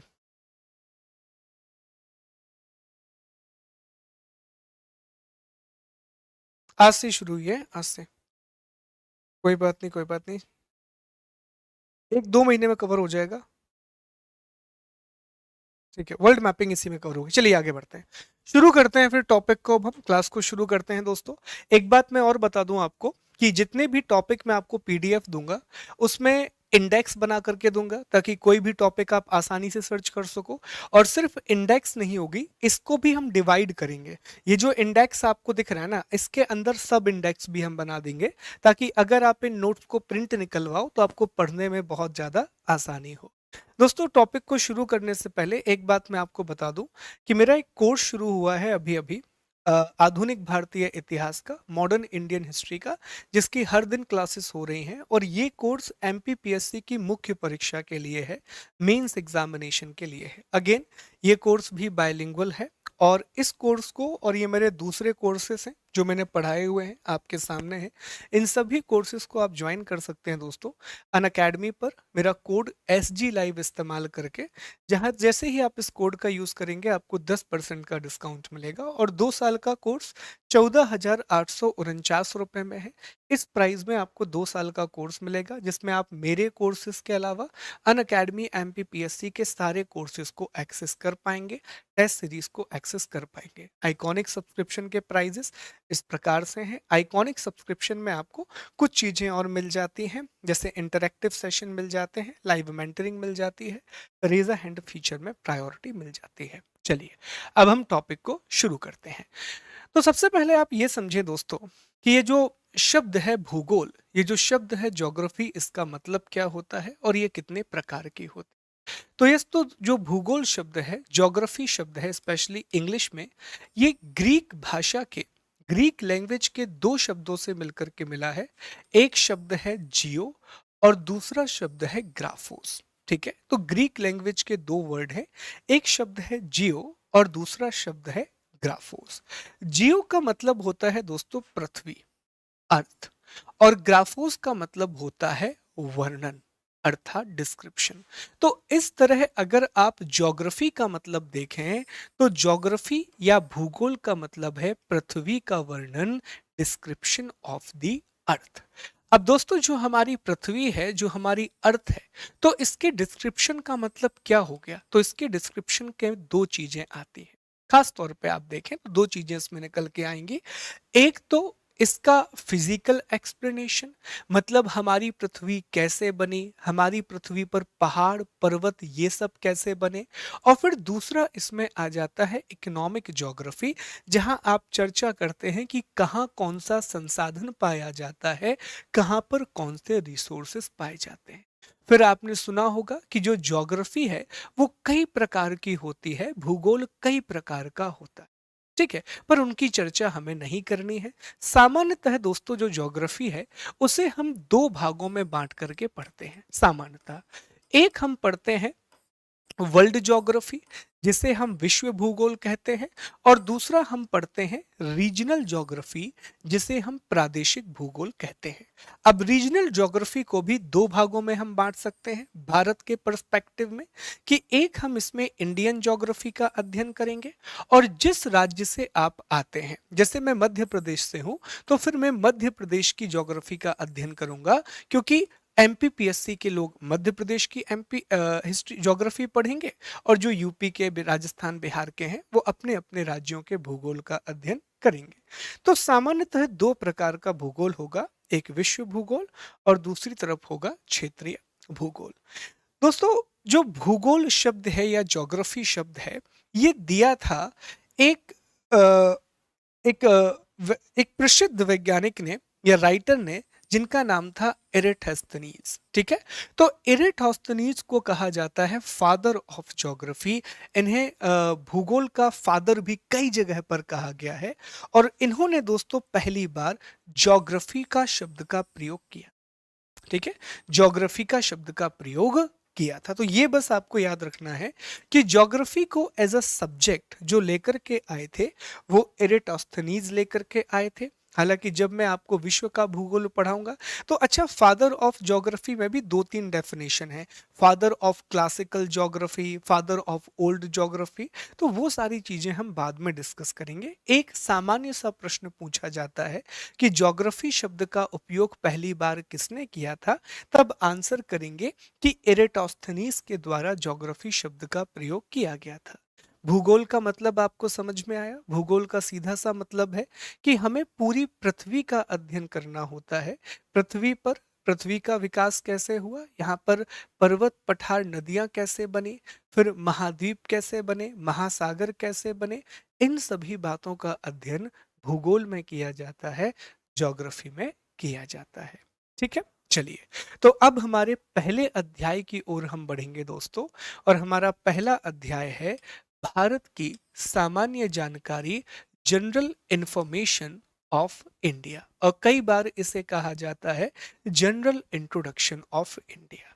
अब इसमें हमें क्या क्या पढ़ना है, तो पहले इस अध्याय को मोटे तौर पर हम चार भागों में बांट करके पढ़ेंगे।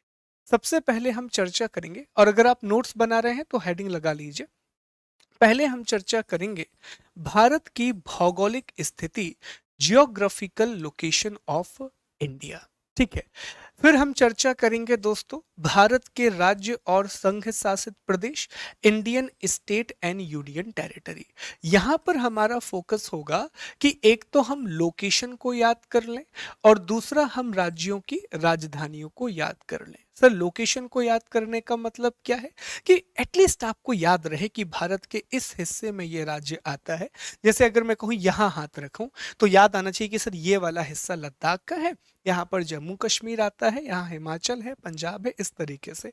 मतलब एक लोकेशन आपको याद हो जाए, और लोकेशन के साथ साथ आपको ये भी याद हो जाए कि साहब ये जो राज्य हैं इनकी सीमाएं किस किस से लग रही हैं, इनकी बाउंड्री कहाँ कहाँ टच हो रही है, कि साहब जो लद्दाख की सीमा है वो किस देश को छू रही है, तो इंटरनेशनल बाउंड्री भी है, फिर वो किन राज्यों को छू रही है, तो इस बात की चर्चा हम यहाँ करेंगे। बहुत इंपॉर्टेंट होगा ये टॉपिक जब हम इसका अध्ययन करेंगे। फिर हम चर्चा करेंगे दोस्तों तीसरे टॉपिक में, ये सबसे बड़ा पार्ट होगा, जहां हमें चर्चा करनी है भारत की सीमा और पड़ोसी देशों के बारे में, इंडियाज बॉर्डर और नेबरिंग कंट्रीज के बारे में। हम जानेंगे कि भारत की स्थलीय और जलीय सीमा किस प्रकार की है, भारत की जो लैंड बाउंड्री है, फिर सी या ओशन बाउंड्री है वो किस प्रकार की है, और जो उसके पड़ोसी देश हैं, आप जानते हैं कि चीन है, बांग्लादेश है, नेपाल है, भूटान है, पाकिस्तान है, ठीक है, अफगानिस्तान है, म्यांमार है। तो इन सब देशों के साथ क्या-क्या मुद्दे भारत के हैं, वो कौन-कौन से राज्य हैं जो इन देशों के साथ अपनी सीमा साझा करते हैं। आखिरी में हम अन्य तथ्य पढ़ेंगे, ये मैं आपको नहीं पढ़ाऊँगा, ये आपको खुद रीड करना है। यहाँ कुछ वन लाइनर हैं, लगभग 15 से 20 वन लाइनर हैं, जिनका अध्ययन आप खुद कर रहे होंगे। ठीक है? चलिए, तो सबसे पहले हम इस भाग के बारे में चर्चा करते हैं, भारत की भौगोलिक स्थिति, जियोग्राफिकल लोकेशन ऑफ इंडिया। इसे भी हमने 4 भागों में बांटा है, कुल 4 पार्ट में हम इसको पढ़ेंगे। पहले हम लोकेशन समझेंगे, फिर हम भारत के नामकरण को समझेंगे कि इंडिया का नोमेनक्लेचर कैसे हुआ, फिर हम भारत के क्षेत्रफल और जनसंख्या की चर्चा करेंगे, इंडिया के एरिया और पॉपुलेशन को डिस्कस करेंगे, और कल की क्लास में हम भारत का अक्षांशीय और देशांतरीय विस्तार पढ़ेंगे, इंडिया का लैटिट्यूडनल और लॉन्गिट्यूडनल एक्सटेंट पढ़ेंगे। चलिए, तो पहली हेडिंग लगाइए दोस्तों आप, भारत की अवस्थिति, इंडिया की लोकेशन। तो दोस्तों एक बात समझें कि ये हमारी पृथ्वी है, ये पूरी की पूरी हमारी अर्थ है। अब हमारी पृथ्वी का आकार बहुत बड़ा है, हमारी पृथ्वी बहुत ह्यूज है आकार में। तो क्या किया गया कि हमारी पृथ्वी पर अध्ययन करने के लिए 2 प्रकार की रेखाएं खींची गई। कुछ रेखाएं पृथ्वी पर इस तरह से खींची गई जिन्हें हम हॉरिजॉन्टल लाइन कहते हैं, जिन्हें हम क्षैतिज रेखाएं कहते हैं दोस्तों। ठीक है, जिन्हें हम क्षैतिज रेखाएं कहते हैं, हॉरिजॉन्टल लाइन। और इन हॉरिजॉन्टल लाइन को, इन क्षैतिज रेखाओं को हम नाम देते हैं दोस्तों अक्षांश रेखा, अर्थात लैटिट्यूड्स। ठीक है, और फिर दोस्तों क्या किया गया कि हमारी पृथ्वी में कुछ वर्टिकल लाइन खींची गई है, वर्टिकल लाइंस खींची गई जिन्हें हम ऊर्ध्वाधर रेखा कहते हैं, और इन ऊर्ध्वाधर या वर्टिकल रेखाओं को नाम दिया गया है देशांतर रेखाएं, अर्थात लॉन्गिट्यूड। ठीक है, अब ये क्या है इसको हम डिटेल में आगे पढ़ने वाले हैं। फिलहाल आप एक बात समझें कि हमारी पृथ्वी को सूर्य की किरणों के हिसाब से, ये अगर हमारी पूरी पृथ्वी है, तो अगर दोस्तों हम इसको बीच में से एक अक्षांश रेखा है जिसे 0 डिग्री का अक्षांश कहा जाता है, जिसे 0 डिग्री का लैटिट्यूड कहा जाता है, तो ये 0 डिग्री की अक्षांश रेखा पृथ्वी को 2 बराबर भागों में बांटती है, अर्थ को 2 इक्वल पार्ट में डिवाइड करती है। दोस्तों ये जो ऊपरी हिस्सा है इसे कहा जाता है नदर्न हेमिस्फीयर, अर्थात उत्तरी गोलार्ध, और ये जो निचला हिस्सा है इसे कहा जाता है सदर्न हेमिस्फीयर, अर्थात दक्षिणी गोलार्ध। तो यहां से आपका पहला प्रश्न तैयार होगा कि बताइए अक्षांश रेखाओं के आधार पर पृथ्वी को कितने गोलार्धों में बांटा गया है। Earth is divided in how many hemisphere on the basis of latitude line. तो बताएंगे कि साहब अक्षांश रेखाओं के हिसाब से पृथ्वी को 2 बराबर भागों में बांटा गया है। जो 0 डिग्री की अक्षांश रेखा है जिसे भूमध्य रेखा कहा जाता है, वो अर्थ को 2 पार्ट में बांटती है। ऊपरी हिस्सा नदर्न हेमिस्फीयर, उत्तरी गोलार्ध कहलाता है, और निचला हिस्सा सदर्न हेमिस्फीयर, दक्षिणी गोलार्ध कहलाता है। अब इसको जरा यहां पर देखो, तो ये देखो, ये है दोस्तों वो बीच की लाइन जिसने पृथ्वी को 2 भागों में बांट दिया। और यहां भी आप ध्यान दो तो ये है वो 0 डिग्री की लाइन जो अर्थ को 2 भागों में बांट रही है। और हमारा भारत कहां पर है, तो अगर आप देख पा रहे हैं मैप में क्लियर, तो ये देखिए दोस्तों, ये है हमारा प्यारा महान भारत देश। तो मुझे आप लोग देख करके बताओ कि सर अक्षांश रेखा के हिसाब से पृथ्वी को 2 भागों में बांटा, नदर्न हेमिस्फीयर और सदर्न हेमिस्फीयर, तो भारत कहां पर आया। तो आप कहोगे सर अक्षांश रेखा के हिसाब से जो भारत है वो उत्तरी गोलार्ध में आएगा, इंडिया जो है वो अक्षांश रेखा के हिसाब से लैटिट्यूड के बेसिस पर नदर्न हेमिस्फीयर या उत्तरी गोलार्ध में आएगा। 2-3 फैक्ट क्लियर हो गए। 0 डिग्री की अक्षांश रेखा जिसे भूमध्य रेखा या इक्वेटर कहा जाता है, वो पृथ्वी को दो भागों में बांटेगी, उत्तरी गोलार्ध, दक्षिणी गोलार्ध, और भारत उत्तरी गोलार्ध में आएगा, इंडिया नदर्न हेमिस्फीयर में आएगा। लेकिन कहानी यहां पर खत्म नहीं होती, कहानी थोड़ी सी और है दोस्तों। और कहानी ये है कि ये तो साहब आपके पास पृथ्वी है, तो आपने 0 डिग्री की लाइन से बांट दिया, ठीक है, मतलब एक प्रकार से कहा जाए तो आपने तिरछ आड़े तरीके में एक नींबू को काट दिया। लेकिन एक दूसरा तरीका भी हो सकता है, ये हमारी पृथ्वी है, तो यहां से दोस्तों एक 0 डिग्री की देशांतर रेखा जाती है, या देशांतर रेखा भी, हर एक देशांतर रेखा का बात तो यही है कि हर एक देशांतर रेखा पृथ्वी को दो बराबर भागों में बांटती है। पर फिलहाल इतना याद रखें कि ये जो 0 डिग्री की देशांतर रेखा है, जिसे प्राइम मेरिडियन लाइन कहा जाता है, जिसे प्रधान मध्याह्न रेखा कहा जाता है, ये भी पृथ्वी को दो भागों में बांटती है। ये वाला हिस्सा कहलाता है ईस्टर्न हेमिस्फीयर अर्थात पूर्वी गोलार्ध, और ये वाला हिस्सा कहलाता है वेस्टर्न हेमिस्फीयर अर्थात पश्चिमी गोलार्ध। तो यहां से प्रश्न क्या बनेगा, यहां से प्रश्न बनेगा कि सर देशांतर रेखाओं के आधार पर, सर लॉन्गिट्यूड के बेसिस पर अर्थ को कितने हेमिस्फीयर में बांटा गया है। साहब दो हेमिस्फीयर हैं, एक है पूर्वी गोलार्ध ईस्टर्न हेमिस्फीयर, दूसरा है पश्चिमी गोलार्ध वेस्टर्न हेमिस्फीयर। सर कौन सी देशांतर रेखा पृथ्वी को दो गोलार्ध में बांट रही है, तो बताएंगे कि 0 डिग्री का देशांतर रेखा, जिसे प्रधान मध्याह्न रेखा भी कहा जाता है, प्राइम मेरिडियन लाइन भी कहा जाता है, कई लोग इसे ग्रीनविच लाइन भी कहते हैं, क्योंकि ये लंदन के ग्रीनविच से होकर के गुजरती है। तो ये पृथ्वी को दो भागों में बांट रही है, ईस्टर्न हेमिस्फीयर और वेस्टर्न हेमिस्फीयर। अब ये मैप देखिए, इस मैप में आप देखें साहब कि ये वो 0 डिग्री की लाइन है, देख पा रहे होंगे, ये वो 0 डिग्री की लाइन है। तो ये कौन सा गोलार्ध होगा, सर ये पूर्वी गोलार्ध होगा। ये कौन सा गोलार्ध होगा, पश्चिमी गोलार्ध होगा। तो अब मुझे बताओ भारत देश कहाँ है, तो देखिएगा कि सर हमारा प्यारा महान भारत देश ये रहा। तो मुझे बताओ कि कौन से गोलार्ध में आएगा, सर ये अगर ईस्टर्न हेमिस्फीयर है तो भारत कहाँ आएगा, पूर्वी गोलार्ध में आएगा। तो अगर आपसे कोई पूछे कि देशांतर के हिसाब से भारत कहाँ आता है, तो बताएंगे कि सर देशांतर के हिसाब से जो भारत है वो ईस्टर्न हेमिस्फीयर में आता है, वो पूर्वी गोलार्ध में आता है। तो अब आपका सवाल सवाल पूछेगा कि भारत किस गोलार्ध में आता है, इंडिया कौन से गोलार्ध में आता है, भारत कौन से हेमिस्फीयर में आता है। तो जवाब क्या होगा कि सर भारत अक्षांश के हिसाब से, लैटिट्यूड के हिसाब से उत्तरी गोलार्ध में आता है, नदर्न हेमिस्फीयर में आता है, और देशांतर के हिसाब से, लॉन्गिट्यूड के हिसाब से पूर्वी गोलार्ध में आता है, ईस्टर्न हेमिस्फीयर में आता है। और एक जवाब क्या बनेगा कि भारत उत्तर पूर्वी गोलार्ध में स्थित एक देश है। India is a country situated in the northern eastern hemisphere. Clear है, ऑल गुड, ठीक है, यहां तक बात समझ में आ गई दोस्तों।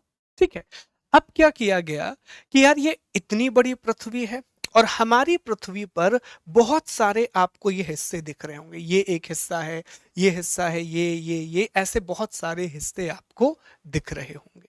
तो इन्हीं हिस्सों को दोस्तों, ये जो बड़े बड़े स्थल खंड पृथ्वी पर हैं, अर्थ पर जितने भी बड़े बड़े लैंड मासेस हैं, इन्हीं को महाद्वीप कहा जाता है, इन्हीं को कॉन्टिनेंट के नाम से जाना जाता है। तो ऐसा ही एक महाद्वीप है दोस्तों, एशिया महाद्वीप, जो कि दुनिया का सबसे बड़ा महाद्वीप। एशिया महाद्वीप जो यहां आप देख पा रहे हैं, ये दुनिया का सबसे बड़ा महाद्वीप है। तो अब भारत कहां आता है, भारत की कहानी को जरा समझिए। तो भारत जो तो है वो पृथ्वी पर है, ये तो सभी ही जान रहे हैं, अर्थ पर है। पृथ्वी पर भी एशिया महाद्वीप में आता है दोस्तों, हम एशिया कॉन्टिनेंट में आते हैं, जो कि दुनिया का सबसे बड़ा महाद्वीप है। एशिया महाद्वीप का भी आप देखिए तो हम किस हिस्से में हैं, तो आप कहेंगे सर हम एशिया महाद्वीप के दक्षिणी हिस्से में हैं, हम दक्षिण एशिया में आते हैं, हम साउथ एशिया में आते हैं। ये भी सही है। अब दोस्तों क्या है कि भारत और भारत के आसपास के जो देश हैं तो उन्हें भारतीय उपमहाद्वीप कहा जाता है। तो एशिया महाद्वीप के अंदर एक हिस्सा आता है भारतीय उपमहाद्वीप, इंडियन सब कॉन्टिनेंट।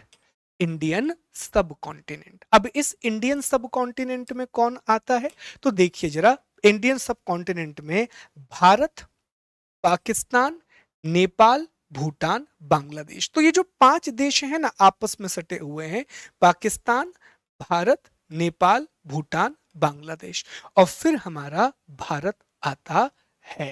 तो ये चीज आपको याद रखना है कि भारत किस महाद्वीप का हिस्सा है, एशिया महाद्वीप का हिस्सा है। एशिया में भी कहां पर साहब, तो याद रखेंगे दक्षिण एशिया, सदर्न एशिया में।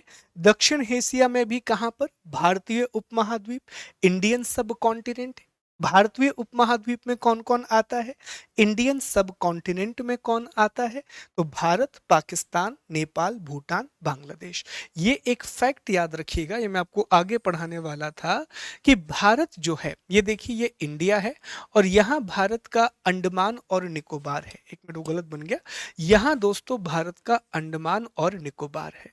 तो भारत ये भूमध्य रेखा है, देख पा रहे हैं, ये भूमध्य रेखा है दोस्तों, ये पूरा इक्वेटर है। तो भारत भूमध्य रेखा से 876 किलोमीटर दूर है, 876 किलोमीटर अवे है। ये प्रश्न भी पूछा जाता है, ठीक है। अब एक बार मैप को जरा ध्यान से देखो, ये बहुत इंपॉर्टेंट मैप है, ध्यान से देखो। तो ये पूरा हिस्सा एशिया महाद्वीप का हिस्सा है। ये हमारा भारत है, पाकिस्तान, भारत, नेपाल, भूटान, बांग्लादेश, ये क्या हो गए दोस्तों, तो ये पूरा इंडियन सब कॉन्टिनेंट है, ये पूरा भारतीय उपमहाद्वीप है। भारत के बारे को, भारत को ध्यान से देखेंगे तो भारत एक प्रायद्वीपीय देश है। इंडिया एक पेनिनसुला वाली कंट्री है। सर प्रायद्वीप का मतलब क्या होता है, पेनिनसुला या प्रायद्वीप का मतलब होता है ऐसा क्षेत्र जो 3 ओर से पानी से घिरा हो, जो 3 साइड से वाटर से घिरा हुआ हो। तो यहाँ पर देखिए, तो यहाँ अरब सागर देखने मिलेगा, यहाँ बंगाल की खाड़ी है और यहाँ हिंद महासागर है। तो भारत 3 ओर से समुद्र से घिरा हुआ है, इसीलिए भारत को हम प्रायद्वीपीय देश कहते हैं। हम भारत को एक पेनिनसुला कंट्री भी कहते हैं। भारत के पड़ोसी भी देख लीजिए, पाकिस्तान, अफगानिस्तान, चीन, नेपाल, भूटान, बांग्लादेश, और ये पूरे विश्व का नक्शा है। फिर भारत के जलीय पड़ोसी देखिए, इंडिया के जो वाटर या मैरिन नेबर हैं उनको देखिए, तो सबसे पास का पड़ोसी श्रीलंका आपको दिखाई देगा। यहाँ पर थोड़ा और नीचे आएंगे तो मालदीव्स दिखाई देगा। यहाँ पर जाएंगे दोस्तों तो आपको इंडोनेशिया दिखाई देगा। तो ये भारत के पास के समुद्री पड़ोसी हैं। आप देखेंगे कि म्यांमार जो है दोस्तों, तो वो ओशियन बाउंड्री भी शेयर कर रहा है और लैंड बाउंड्री भी शेयर कर रहा है। बांग्लादेश भी देखिए, तो वो समुद्री सीमा भी साझा करता है और भूमि वाली सीमा भी साझा करता है। उसी प्रकार पाकिस्तान भी देखेंगे तो ये लैंड बाउंड्री भी शेयर कर रहा है और ओशियन बाउंड्री। तो अगर आपसे ये भी पूछ लिया जाए कि भारत के कितने पड़ोसी हैं जो ओशियन और लैंड दोनों बाउंड्री को भारत के साथ शेयर कर रहे हैं, तो उसमें पाकिस्तान का नाम आएगा, बांग्लादेश का नाम आएगा और साथ ही साथ उसमें म्यांमार का नाम आएगा। मैप आपको रोज देखना है, वर्ल्ड का मैप भी रोज देखना है। और मैप देखने का तरीका पता है क्या होता है, एक कंट्री को पकड़िए तो पहले कंट्री की यात्रा कर लीजिए कि अफगानिस्तान, पाकिस्तान, भारत, फिर श्रीलंका, इस तरीके से कंट्री। फिर देखिए कि कंट्री की सीमाएं किससे जुड़ी हुई हैं, फिर आपको वो भी नजर आएगा कि हाँ यहाँ यहाँ पर इनकी बाउंड्रीज टच है। ठीक है, चलिए मुझे बताएं कि पहले टॉपिक में कोई दिक्कत है, ऑल गुड। इसके बाद आगे बढ़ते हैं।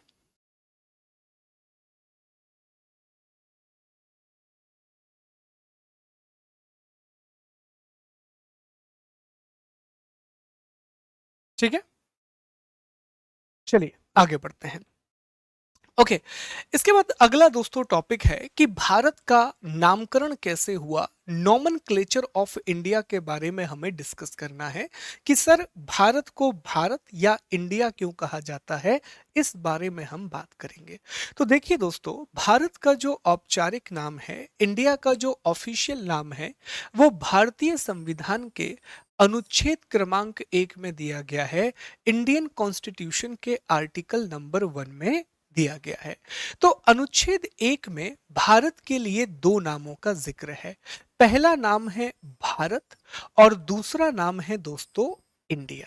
तो ये जो नाम है ना दोस्तों भारत, ये भारत नाम कहां से आया? तो भारत नाम की दो कहानियां हैं। पहली कहानी ये है कि भरत नाम का एक कबीला था और उसी कबीले से भारत नाम बना है। दूसरी कहानी वायु पुराण में दी गई है और वायु पुराण में लिखा हुआ है कि राजा दुष्यंत के पुत्र भरत के नाम पर भारत बना है। तो अगर कोई भी आपसे पूछे कि भारत को भारत नाम कैसे मिला, तो आप एक लाइन में ये बता सकते हैं कि जो हमारे वैदिक साहित्य है, जो हमारा वैदिक लिटरेचर है, तो वैदिक लिटरेचर में भारत नाम का प्रयोग किया गया है और वहीं से ये शब्द आता है। और दोनों बातें आप बता पाएंगे। पहली बात आप बता सकते हैं कि साहब वायु पुराण में लिखा हुआ है कि राजा दुष्यंत के पुत्र का नाम भरत था, उन्हीं के नाम से भारत बना है। और ऋग्वेद में लिखा हुआ है कि भरत नाम का एक कबीला था, वहां से ये नाम आया है। और दूसरा नाम जो अनुच्छेद 1 में दिया गया है वो इंडिया है। आपने पढ़ा होगा, India that is Bharat will be the union of nation. Bharat जो कि इंडिया, ठीक है, वो राज्यों का एक संघ होगा। तो ये इंडिया नाम कहां से आया? तो ये इंडिया जो नाम है दोस्तों, वो यूनान के लोगों ने दिया, ग्रीक लोगों ने दिया। बेसिकली यहां पर अगर आप वर्ल्ड मैप को देखेंगे तो ये जो इलाका है, ये इलाका यूनान का इलाका है। तो ये लोग भारत आए और जैसे ही ये भारत आए तो यहाँ सिंधु नदी है, यहाँ पर इंडस रिवर है दोस्तों। तो यहाँ पर इन्होंने सिंधु नदी को इंडस के नाम से पुकारा और इसी इंडस से ये नाम निकला इंडिया। ठीक है, तो ये इसकी कहानी है कि भारत को ये नाम कैसे मिला। ठीक है, तो ये भारत के दो ऑफिशियल नाम हैं। दोनों नाम आपको याद रखना है दोस्तों। एक नाम है भारत और दूसरा नाम है इंडिया। तो एक और प्रश्न आपसे पूछा जाएगा कि भारत के औपचारिक नाम क्या हैं? What are the official names of India? जवाब देंगे भारत और इंडिया। ये कहां पर लिखा हुआ है? तो भारतीय संविधान के अनुच्छेद क्रमांक 1 में, इंडियन कॉन्स्टिट्यूशन के आर्टिकल नंबर 1 में ये बात लिखी हुई है। लेकिन इसके अलावा भी दोस्तों हमारे महान देश के बहुत सारे नाम हैं, तो उन नामों की चर्चा भी हम करते हैं। तो आपको पता होगा दोस्तों कि इस पूरे इलाके में एक बहुत बड़ी सभ्यता थी और इस सभ्यता को इंडस वैली सिविलाइजेशन कहा जाता था। तो इस सिंधु घाटी सभ्यता को मेलुहा के नाम से पुकारा गया है, मेसोपोटामिया में। ठीक है, तो भारत का ही एक नाम मेलुहा भी माना जाता है। ठीक है, इसके अलावा दोस्तों आप देखें तो जो हमारे पुराण हैं, जो ग्रंथ हैं, ठीक है, एक बार उसका नाम ही बता देता हूं मैं आपको। हाँ, मनुस्मृति। तो मनुस्मृति में भारत के लिए आर्यावत नाम का उल्लेख किया गया है। आर्यावत का अर्थ आप जानते हैं, आर्यों की जो निवास स्थली है उसे आर्यावर्त कहा जाता है। तो भारत का ये नाम मनुस्मृति से आया है, जहां ब्रह्मावर्त या आर्यावत नाम दिया गया है। उसके अलावा एक नाम है दोस्तों जम्बू द्वीप। जम्बू द्वीप एक बहुत इंपॉर्टेंट है, इसको ध्यान से समझिए। जम्मू द्वीप जो नाम है वो भी हमें वेदों में मिलता है और वेदों में दोस्तों जितने भी महाद्वीप हैं, सभी महाद्वीपों के लिए नाम दिए। और एशिया महाद्वीप और खास तौर पर जो दक्षिण एशिया का महाद्वीप है उसे जम्बू द्वीप के नाम से पुकारा गया है। लेकिन आप देखें तो हमारे वेदों में उस समय जब मैपिंग वगैरह बिल्कुल अर्ली स्टेज पर था, तब हमने सभी महाद्वीपों के नाम दिए। आप देखें उसमें एशिया के लिए जम्बू द्वीप कहा गया है, उत्तर अमेरिका के लिए क्रॉन्च द्वीप कहा गया है, दक्षिण अमेरिका के लिए लक्षद्वीप कहा गया है, यूरोप के लिए शाक्य द्वीप कहा गया है। अफ्रीका के लिए पुष्कर द्वीप कहा गया है। ऑस्ट्रेलिया के लिए शालमल द्वीप कहा गया है। इंडोनेशिया और फिलीपींस के लिए कुश द्वीप कहा गया है। तो उस समय, इसीलिए मैं कहता हूं कि इंडिया का जो एंशंट पार्ट है, जो अर्ली ऋग्वैदिक एज का समय था, वो सबसे प्रॉस्परस टाइम था, क्योंकि great knowledge India had, great knowledge, जो वर्ल्ड को बाद में जाकर के दूसरे फॉर्म में मिला है। ठीक है, तो जम्बू द्वीप नाम भी दिया गया है दोस्तों। उसके बाद हिंदुस्तान, तो ईरानियों ने हिंद सिंधु को हिंदू कहा और वहां से हिंदुस्तान निकल करके आया। फिर भारतवर्ष, तो ये भी वैदिक साहित्य में दिया गया है। तियानजू, ये चीनी यात्रियों के द्वारा दिया गया नाम है। और नाभि वर्ष भी भारत को पुकारा जाता है। तो ये कुछ नाम है, मेलुहा, भारतवर्ष, ठीक है, ये पुराण में है। आर्यावर्त, ये मनुस्मृति में दिया गया है। जम्मू द्वीप वैदिक साहित्यों में है। हिंदू या हिंदुस्तान, ये पर्शियन या पारसी लोगों के द्वारा, ये पर्शियन है, माफ कीजिए, यहाँ पर पर्शियन आ जाएगा, ईरानी या पारसी लोग। ठीक है, बात वही है, ईरानी पर्शियन एक ही होता है, इंग्लिश में पर्शियन होता है। और इंडिया आपको पता ही है, ग्रीक अर्थात यूनान के लोगों ने हिंद को इंडस के रूप में प्रोनाउंसिएट किया, तो ये नाम निकल करके आया। तो ये दोस्तों भारत का नामकरण है। तो आज चूंकि हमें क्लास का इंट्रोडक्शन था, तो हमें यही बातें डिस्कस करनी थी। कल हम इस टॉपिक को खत्म करेंगे। तो दो टॉपिक हमने कंप्लीट किए हैं आज, भारत की अवस्थिति और अवस्थिति के अलावा भारत का नामकरण। बाकी चीजों को हम कल से बहुत डिटेल में और बहुत स्पीड के साथ कंटिन्यू करेंगे। एक बात जाते जाते फिर से मैं आपको बता दूं कि पहले मुझे ये बताओ, सेशन कैसा लगा? जो बातें हैं, कुछ बातें आपको समझ में आई कि क्या गलतियां हो रही थी सर, या इस सब्जेक्ट के अलावा जो दूसरा सब्जेक्ट पढ़ेंगे वो किस तरह से पढ़ेंगे? सेशन ठीक लगा है? क्योंकि कल से इसको हम स्पीड पकड़ने वाले हैं। मुझे ये बताओ कि टॉपिक समझ में आया?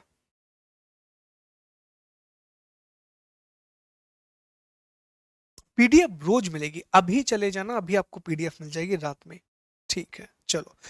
तो बस रेगुलर रहना, सपोर्ट बनाए रखना, बाकी चीजें मैं करते रहूंगा दोस्तों। ठीक है, your support is very important. जैसा सपोर्ट आपने अब तक दिया है, मेक श्योर कि वो सपोर्ट बना रहे। और मैं भी आपके लिए जितना अच्छा कंटेंट होगा वो फ्री में यूट्यूब पर लेकर के आऊंगा। ठीक है, चलिए, तो कल आपसे मुलाकात होगी। अपना ख्याल रखिए, कल आपसे फिर मिलेंगे रात में 11 बजे। ठीक है, अगर आप लोग को लग रहा है कि टाइम बदलना है, तो कमेंट बॉक्स में अभी मैसेज डाल दीजिएगा कि सर आप टाइम चेंज कर दो, तो हम इसको चेंज कर देंगे। ठीक है, कल आपसे मुलाकात होगी, जहां पर हम इसी टॉपिक को कंटिन्यू करेंगे, भारत की स्थिति और परिचय को, और टॉपिक को आगे बढ़ाएंगे। दोस्तों, अनअकैडमी का सब्सक्रिप्शन लेने के लिए मेरा कोड SG Live जरूर इस्तेमाल करें, जहां पर मैंने अभी आधुनिक भारत के इतिहास, मॉडर्न इंडियन हिस्ट्री का कोर्स शुरू किया है, मुख्य परीक्षा के लिए, MPPSC के मेंस एग्जामिनेशन के लिए। 14,849 रुपये में आपको 2 साल का सब्सक्रिप्शन मिलेगा। अपना ख्याल रखिए। आइकॉनिक सब्सक्रिप्शन में ये सारे फायदे हैं जो आपको मिलेंगे। Thank you so much guys, good night, take care, God bless you, thank you.